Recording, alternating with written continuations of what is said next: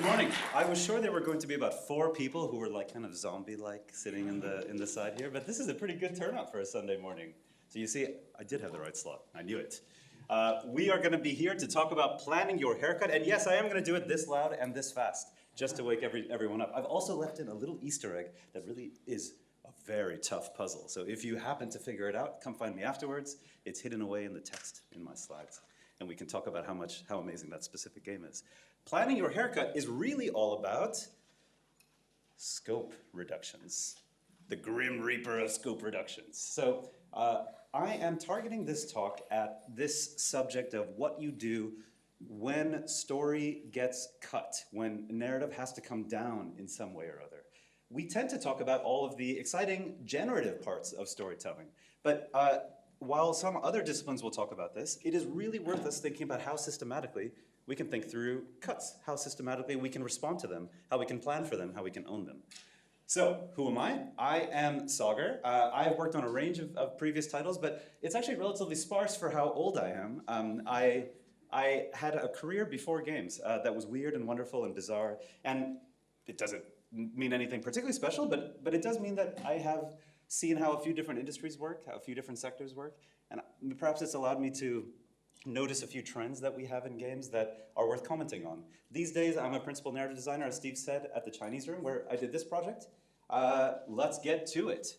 You folks. So there's a range of people here in the audience. I am particularly targeting this, I suppose, at people who are doing narrative design or games writing themselves.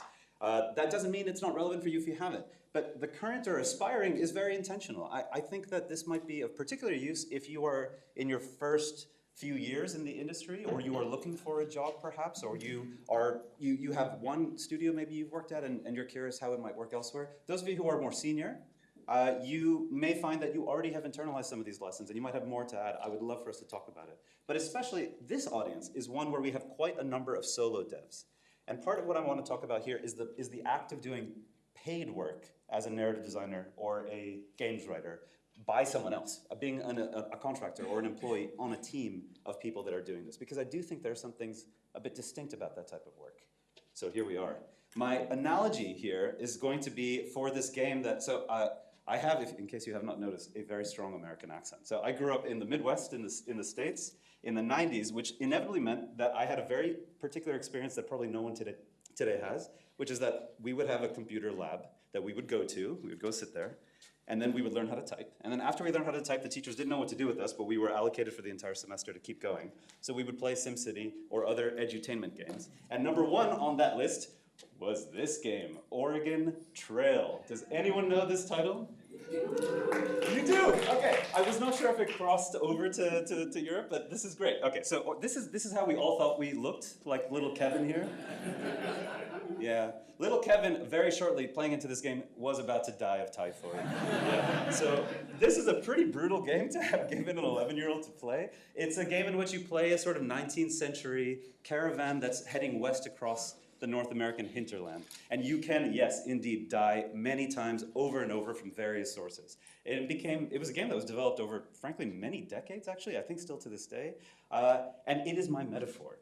And the most obvious thing you might think about is that if you are this caravan up here in the corner, that this river that you're going to confront is like the scope reduction, is like the cut. It's something, well, let's do this correctly. It's something away from you that you are approaching, or that is approaching you, that you have to confront. I would suggest that we change it. I think it's worth thinking about a scope reduction as something you carry along with you. It's part of the caravan the whole way. It's not extrinsic to you. It is part of the journey. It is something like the fact that you need to plan food rations. That's just part of who you are. It's not necessarily an external thing that you have to fight in an antagonistic way. It's just something you have to plan for. And if instead of going west across a land route, if you were, say, planning a 19th century journey, a boat journey across island hopping across the Caribbean, well, you would plan it very differently. You might outfit yourself very differently. You might have a very different set of food with you, let's say, right? So similarly, the expectations you have about the journey you're about to go on, about the project you're about to do, are tremendously important. That sounds really obvious, doesn't it? It is pretty obvious, but that is that's almost why it's worth saying. It's easy to get excited and to come into a project and to forget that it's worth being systematic about understanding that project itself, what it is and what it can be for you. So, I would suggest that every good game narrative that you play has had some sort of tough constraint, and it has used those constraints to get some good solutions. But I would go farther than that. I would say that the greatest of game narrative really, really focuses on understanding those constraints. Because if it doesn't know what those constraints are intimately, and when I say good narrative, I particularly didn't personalize that, right? So that could be people, that could also be the general system that you're all working with. That representation of narrative in your game understands the context in which it's making that game. So this is the way we're going to proceed. I am going to talk at first about things that are a little bit more abstract, and then I'll go into tools. And those tools will be how you respond to scope cuts and all of those things, but they're also a little bit about just how you prepare for the job as a whole, and hopefully it will resonate with some of you. Let's start with expectations, which is about the really, really understanding bit of this. So, the very first thing that I think is worth talking about is that we have a particularly unique challenge, or let's say approach, as narrative people who work in games. And that is that we are immersed our whole childhoods, our whole formative years, in work that is made by other media, so other different parallel mediums, right? Where there is typically a very strong singular voice. We tend to grow up reading novels. There is not a person here who has not had to do that, right, for their various language classes, let's say.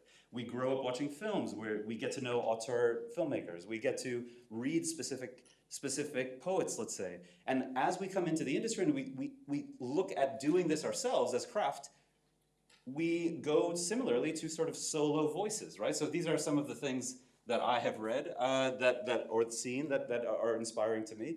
There's another side to it, which is that we might consume media, and we often consume media that itself is specific to a person in some sense. It's almost like an auteur-driven framework. These are some of the things that I like. If you like any of them, come and talk to me, because I would love to talk about Ultraviolet Grasslands with someone, if anyone knows that. But really, I mean, you can see that the names are often pretty prominent in these works, right? Those are individual people who are, say, writing a comic book, or making a TTRPG campaign, or writing a novel, or being a writer-director on a film. These are the stories that live in our heads. Games writing is not like this. Games writing on teams is not like this. This is amazing. I love doing this. It's super fun. It's what we spend most of our time thinking about, because it's the fun bit. But it's not what it is to do creative work, creative writing in particular, in a group. Those are a different set of constraints. Group-based art is like a slightly better version of the group projects we all had to do in school. Yeah? The group projects we have to do in school, I'm convinced, are the hardest types of work you ever have to do in your entire life, because there's no hierarchy, you walk in with no expectations, and you somehow have to figure out how you produce something. Luckily, at work, it's a bit better. There's usually some structure, there's usually something to do. But it is distinct. It is distinct from being a novelist. It's distinct from being a portraitist. It's distinct from being a painter. Those works still care about the things that you will, but they care in different proportions. All work, all artistic work, that is, will have creative skill and will have production skill. That is just true. It's true. You will both be expressing yourself in some ways and getting better at expressing yourself, and also conveying that to some sort of audience. There are, of course, exceptions to almost everything I will say in this talk, right? But largely speaking, that's true. The difference with group art is that the second one becomes a bit more prominent. It becomes more important how you document things, how you share information, how you maintain a vision. It's not that it's more important than learning how to put lines of dialogue on a page. It just relatively becomes a more even split. That's what group-based art is all like. And if you are looking for a job in narrative, in games, on a team, you are doing group-based art. It's worth internalizing this. It took me some years to really figure that out, and it helped change your mindset completely. Because there are really special things about group-based art that you can't do in solo art. Solo art those are the prominent stories that we remember. Now, the huge exception is if you are a solo game dev, right? Many of those people will still be, and many of them are represented here on the exhibition floor and beyond, you will still be able to primarily have a strong creative voice in the work that you're doing, 100%. So that's why I guess in some ways all of these lessons are targeted at people who are going to be working a little bit more in teams. A little bit more on that sometime later.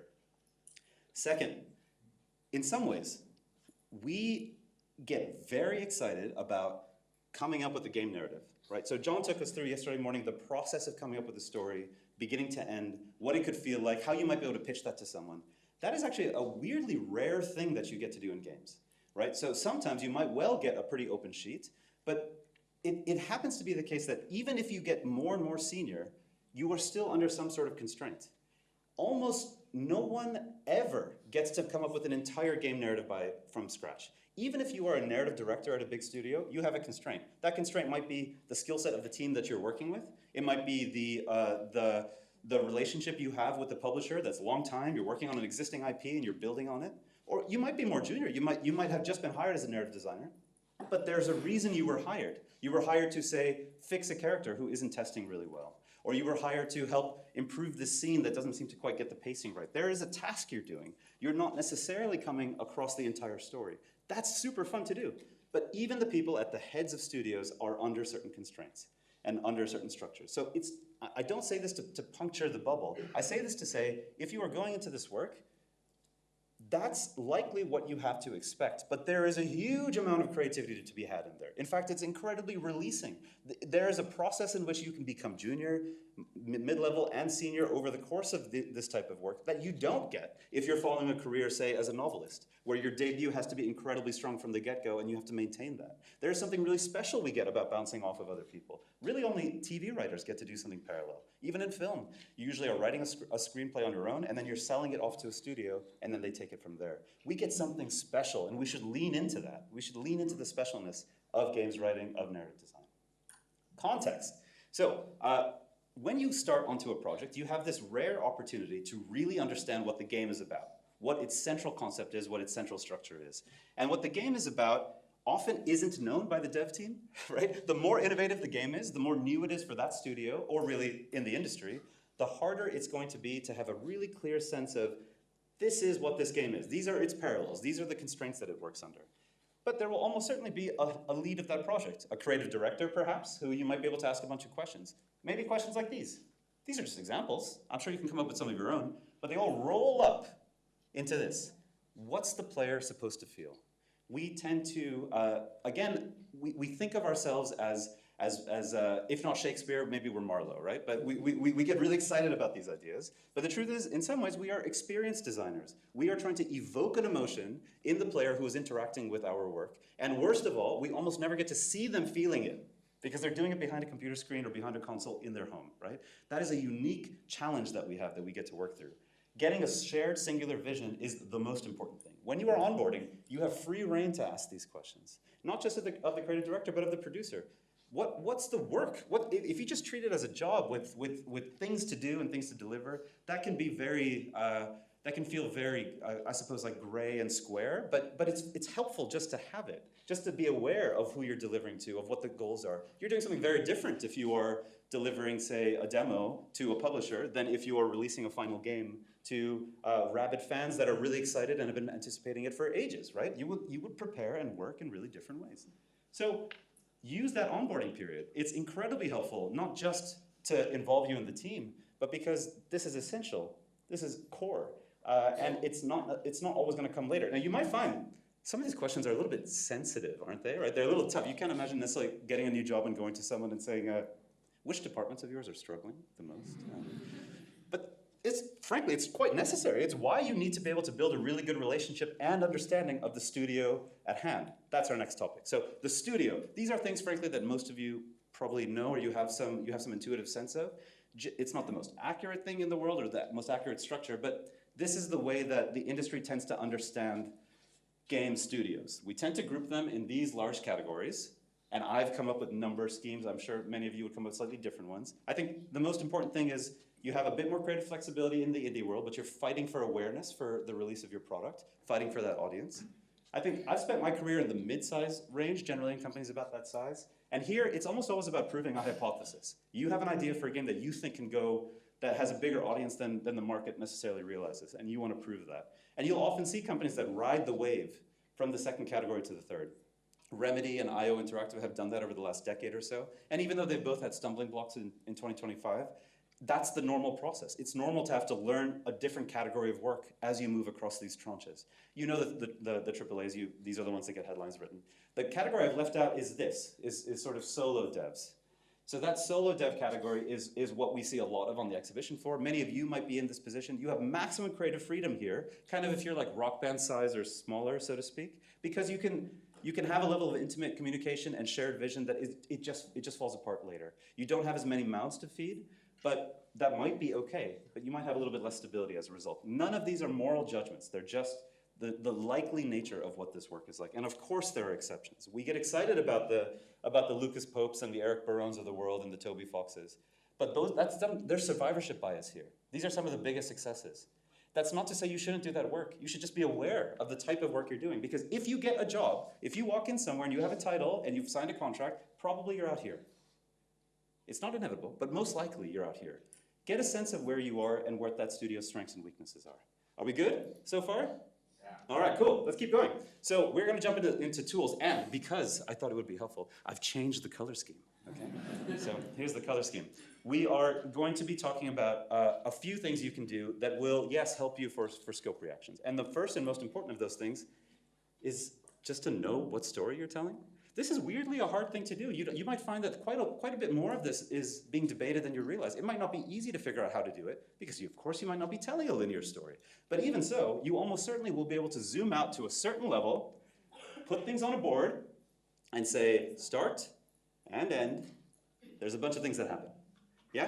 Do you see how I've made this like clearly a post-it note, and you can tell because it folds up in the corner there? Yeah? Yeah, that's on purpose, okay? You don't want these to be too detailed, at least not at this zoom level. I just made up this story. I kind of like this actually, this like underwater story, so maybe we can talk about this later, but you can just put them here like this. Of course, yes, you can group them into acts or into structure, should you prefer, but even just having it at this level is very helpful. And it's helpful for yourself, even if you don't have anyone to share it with. But it is helpful if you can share it. If it doesn't exist for your studio and you put something like this together, you can ask them. If you don't have the seniority, you can ask, is this a good reflection of the story that you think is likely to be told? Where is their ambiguity? Which ones are solid, which ones aren't? And critically, you can rate them. You can put a high, medium, low. You can put a gold, silver, bronze, whatever you like. What are the most important sections of the story? Now, this does not correspond necessarily to gameplay duration. It's very typical that we have pretty short acts 1 and 3 and very long acts 2. I'll show you an example of this. So, sorry, spoilers for a game that's a quarter of a century old, but really, you should have all played this by now. It's Majora's Mask, all right? So Majora's Mask I bring up not only because it's a freaking amazing game, but because the director of this game became even more senior in the current Zelda iteration, in Breath of the Wild and Tears of the Kingdom. And because it was a game made under tremendous constraints. 1 year's time using just Ocarina of Time assets. It is an incredible case study. You could break it down exactly this way. Start to end. Beginning is doing a lot of work. It's trying to explain Link encounters some weird side character from the first game and gets brought into this dark world that has a whole different ecological situation, apocalyptic situation going on, and Link is depowered. Great. Middle act. Oops, too fast. Middle act. Link goes through a bunch of different sections of the world, makes allies, gains in power before he brings those allies and those newfound powers together to stop the dark evil that brought him into this world, to reset things and to return to equilibrium. Almost all Zelda stories are equilibrium stories, yes? But you could do this. You could add priorities around this. It's doable. Do this with your favorite game. Break out the story beats at the highest level. If you're part of a big team, of course then you can zoom in. You can say, oh, I'm assigned to Act 1. Let me zoom in. Let me see what the different beats are. Which of those am I going to convey how? And that's our next and our second most important thing here, which is know the methods of delivery that you have. Know the ways in which you are going to tell this story. I'm going to spend a little bit of time on this upcoming slide. It's a little bit meaty. And many of these things are going to be overlapping and vague. But what we're going to talk about are the potential ways you can deliver one of the scenes, one of the beats that you've just identified. Okay? Things will vary tremendously on whether you're making a game that's a 3D character moving in a world, a 2D platformer, a game played in the UI. All of these will change things, of course. But generally speaking, these are broad generalizations. Some of the most expensive way of delivering a scene is to do it through a full cutscene. We kind of forget, cutscene is a games industry jargon. Other people do not know what we mean when we say this word outside. So you can just tell them it's like a mini movie, yes? A mini movie. The top of this, the full works, this has kind of become the new standard for what AAA games will do. You will see this at the beginnings of their games where they're trying to have the biggest impression, or at their climaxes, or somewhere in between. Ghost of Yote recently has just done an amazing job of great mocap. The various Senua Saga games have done this incredibly well. Hellblade games. You'll see this at the beginning of every single modern Final Fantasy game. But I mean, you know what these are. This is when you put an actor in a room with a bunch of sensors on them and they're moving around. What that means is you have to have the budget to get the actors, to get the room, to have all of the staff that's supporting all of that. One step down, that next line here, is what used to be the main standard for cutscenes, and that is just everything else, except you don't have the actor in the room and you don't get their physical performance. What's pretty interesting about that is that that character is a joint performance. It's a joint performance of usually the vocal performer, the voice actor, as well as the animator. And we don't often think about those animators, but they are conveying those characters just as much as someone else would. But that means you have to have an animation team, right? So the type of studio you need to be delivering those things or to do them at certain points automatically changes things. What's kind of hidden here is I think one of the biggest costs is to form them into mini movies. You lock cameras. You sort of stop the player from having free movement. If you let go of that specific constraint, you are in the second category of not having locked cameras. The first of these is actually kind of a sparser category, ambient voiced animation. By that I mean it's basically the same as a full cutscene, except the player can move around. The very fact that the player can move around means that you almost can't ever tell anything that important in those scenes. Right? It means that you tend to see this in like town squares that you're flowing through and there's a bunch of animation happening, or people are moving through a pub, or you're moving through the Citadel in Mass Effect, something like this, right? But that does happen, so they tend to be smaller loops that occur. Location and action-triggered VO, these are the powerhouses of dialogue, of vocal delivery that we see in games. So location-driven VO is slightly higher. It's like you arrive into a space, and a line of dialogue plays saying that you have arrived, right? Nathan Drake shows up at a level and says, I need to go into that cave and to kill 1 million people to like steal this cup, right? That's his favorite thing to do. So that's sort of location-driven dialogue. The reason it's just slightly above action-driven is a speedrunner breaks you for this, okay? They mess this up because you have to plan for the people going so fast that they trigger the second location-triggered dialogue and the next one, and you have to keep them short enough, and I hate this, all right? I hate this. All right, the third one, action-triggered VO, is fundamentally the same idea. It's just more in response to a player action, and you can sometimes like lock the player in that moment. Like you can have them play a cupboard opening animation and play a line that you know is going to take exactly as long as that animation does. You just have a little bit more control. As someone holsters a gun, they say a bark in response. That's what this is. These are the powerhouses. If you excise VO from this list, you get to the last box here. And I think it's important for us to not underestimate the power of this last box. The entire industry did this for the 80s and 90s, yeah? Like this is amazing. You can have a huge amount of creative freedom out here. Tonal vocalizations are what every Zelda game does. I've been playing Banjo and Kazooie with my 3.5-year-old daughter. First of all, the greatest game of all time, perhaps? Yes? Okay. It lives and dies off of these tonal vocalizations. But even modern games do this. I was replaying Pyre the other day. Still amazing. Jeez, it's very upsetting how good they are. And Pyre does tonal vocalizations as well. It's cheap. You can do emotional things. It's not only Simlish, right? There's many different things you can do there. You don't have to have any sort of sound at all. You can use other types of sound effects. This bottom middle category, text box and interact, I was sort of thinking about classic JRPGs, kind of top-down-y JRPGs for this. You go to a space, you click on something, you get dialogue, you zip through it. Visual novels are kind of in this range as well.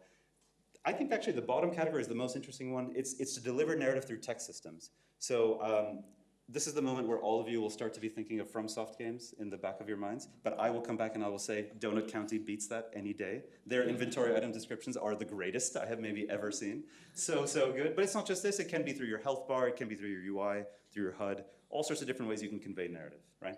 So this is like a menu, or it's like a deck of cards that you can choose to have. You might want to play some in different points, right? It's not always obvious which ones you will want to play when, but it depends on that cost. This is a cost curve. It's not a quality curve. It's very often better for you to mix and match and pick different things from a different category because that is the best way of delivering that bit of the story. It's not a degradation curve. It's a way of having different options so that you can meet your overall budget. So that when a scope cut comes, you can say, you know what, that scope cut was for a fully animated voice scene. What if I just deliver it this other way? Can we still get the idea across? Absolutely can. You have to have this in the back of your head. And you have to also know what your studio's capabilities are. If your studio doesn't have an animation team, that's no problem. It just means that the range of options that you will have will be slightly different. That's entirely fine. There's still a lot of variation you can do here. And last of all, no game uses just one of these. You use them in an interesting way that combines stuff, right? And that is what every single game does. It picks a balance of these things. Unless you are Yakuza 0, and I have no idea how any of their budgets work. I mean, they have an insane range of these things. Someone please tell me if you know. So next, know the incoming cut. So when a cut is coming your way, your very first job is not to panic when the Grim Reaper comes, but is to think, what is the systematic way that I can think through this problem? Here's my rule of thumb. Your mileage may vary. This might feel like a very sort of softy thing to do, but I think the most important thing to do is to empathize with the source of the cut. Scope reductions come in many different flavors, and they come from many different reasons. If you are working with a team, there is a reason. You missed your last milestone.